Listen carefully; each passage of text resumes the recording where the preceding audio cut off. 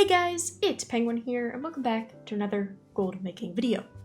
In today's video, we are going to be talking about what you should do at the start of patch 10.1. This video is releasing on NA patch day, so good luck everybody. I hope you guys enjoy, and hopefully this can give you a little bit more information on what you should do at the start. Now, as always, this is a gold making channel, so we have that gold making mindset, but hopefully this video should be helpful for anybody and everybody. But thank you guys so much for watching, and let's dive into this.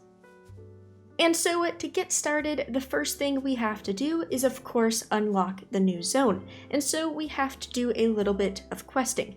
Now, I know some people have thought about possibly taking in their alt gatherer first to get into gathering or anything like that, but I highly recommend using your main or whatever your highest item level toon is, and that'll be clear in just 1 second. But once you log in, you will be given the questline to start 10.1, and you'll be taken up to the top of Valdrakken. You'll do a little bit of quest there, and then you'll fly over to the new cavern entrance. Now, after a few quests, you will start the scenario, and you'll actually enter the caverns. Thankfully, this is actually a pretty quick scenario. It just takes you to kill 3 different bosses, and then you're good to go. After that, you'll be in a cave, you gotta finish a little bit more of a questline, and eventually you'll be asked to meet at Loam, which is the new major city. That sounds like a lot, but don't let me scare you. It took me about 15 minutes to actually complete all of that. Granted, it was my 3rd time doing it, but you know, it is not going to be an hour of your time or anything like that. Now, once you're at Loam, you technically still aren't done. You're going to be given 2 quests. It's basically your orientation quest, and you will know you finally complete the first chapter because you will be rewarded World Quest. And at this point, you have a decision to make. You can either continue on your main character, or feel free to branch off onto one of your alts. For example, if you're one of those people who wanted to bring your gatherer in to take advantage of those early gathering, feel free to do that right now. Now, just a heads up, you will notice that the campaign is not skippable, however, you don't need to do it. Similar to the start of Dragonflight, remember once you hit level 70 for the first time, you unlocked adventure mode, meaning your brand new alts could come into Dragonflight and basically do whatever they'd like, and you could just skip the campaign. That's exactly how 10.1 is structured. So the campaign is still there, feel free to do it for the Renown bonuses, but your alts can just fly into the cavern, do anything in the cavern they'd like. You can just completely ignore the quest if you want. Now, let's say you do want to continue on this character. I have a few suggestions. The first thing you're going to want to do is pick up 2 major quests.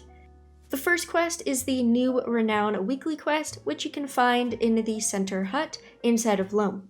This is just the brand new version, the new 10.1 version of Aiding the Accord. However, it only asks you to collect 1500 rep with the Niffin specifically.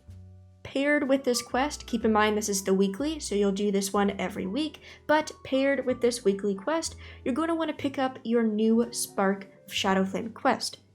This is found by a researcher standing outside. It has a campaign icon. It's very hard to miss, but you talk to this woman and you'll get the Power Unified quest. This quest is available from week 1, and this is how you gain your first Spark of Shadowflame.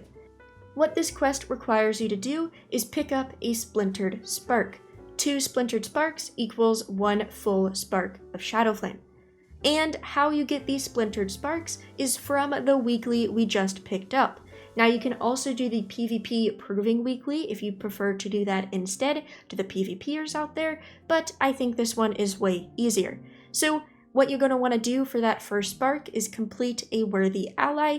You'll be rewarded 1 Splintered Spark, turn in Power Unified, and there you go, you receive your first spark.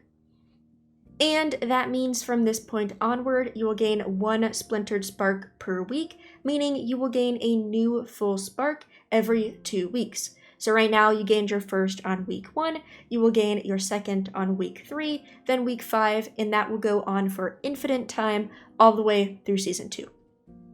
Up next, we don't really have any particular structure. I'm just going to list a few suggestions, and feel free to do this at whatever stage you'd like. The first one is go and collect your new Dragonriding Glyphs.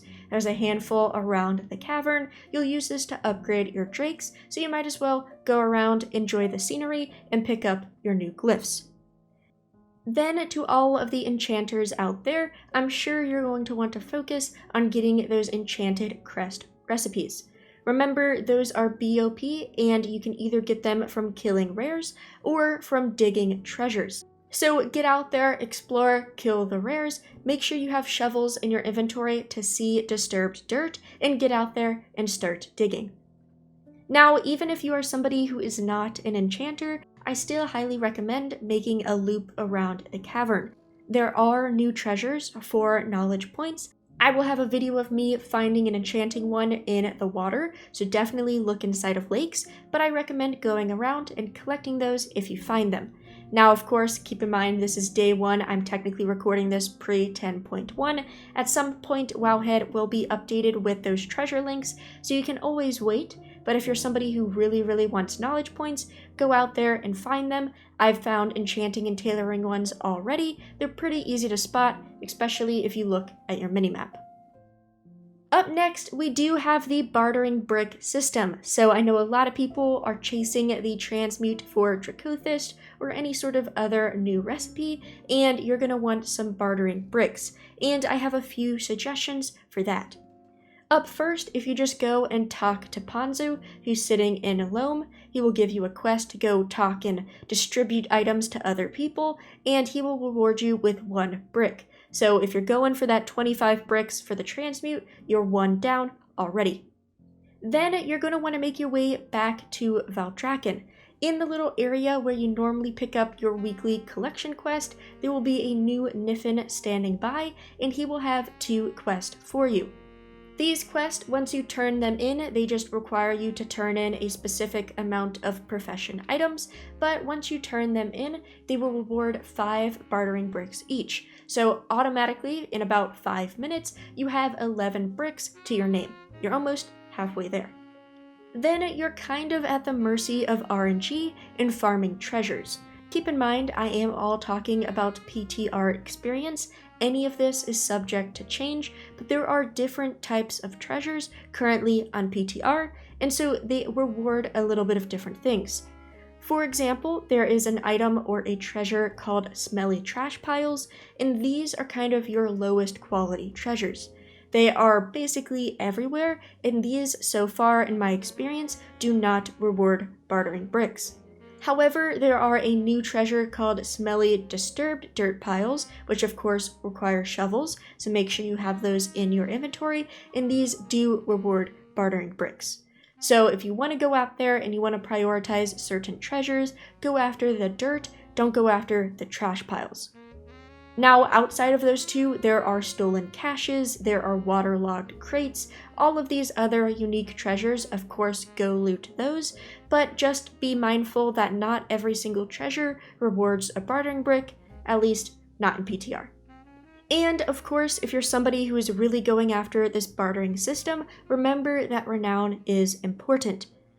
Renown 3 is going to unlock this bartering system, Renown 12 is going to unlock bartering boulders, and then of course Renown 20, maxing out Renown, is going to allow you to actually buy boulders for supplies at the quartermaster.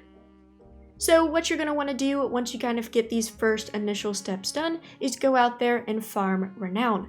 If you guys want to know about all of the possible Renown sources, I will have a link to a Wowhead article down below.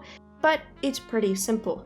I'm not sure how many campaign chapters will be available to us at the start of 10.1, as currently on PTR it's completely unlocked, but currently on PTR, every single chapter rewards you with 1 level of Renown. So if the campaign is able to be continued, I highly recommend it. Remember to go do your world quest, go do your weekly events, go do the dig minigame, and just get out there, do your content, do your dailies, and all of that. But yeah guys, that is kind of it for my basic suggestions.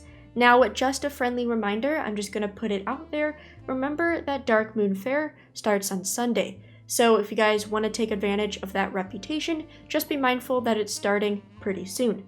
Also, for the people out there who do cooking, I'm just going to remind you that Wrath Time Walking is starting, so go out there, buy your chef's hat if you haven't already.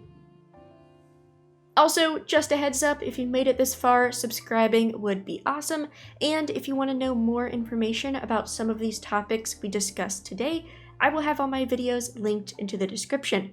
For example, I have a full guide about the bartering system, and I have a full guide about sparks and crafted gear. So if you want to know a little bit more about one of those two things, those might help you out.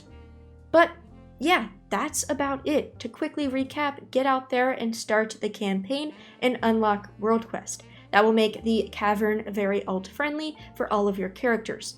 Then make sure you go and complete the Spark quest and the weekly quest to actually get your Spark on all of your characters. This will allow you to start crafting Season 2 gear if that's something you're interested in.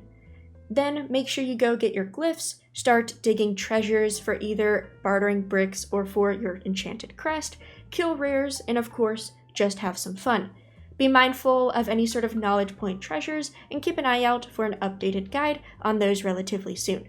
But everybody, thank you guys so much for watching. Now, of course, there's probably many more things that you guys should go out and do, but I don't want to make this video insanely long, so just get out there and explore.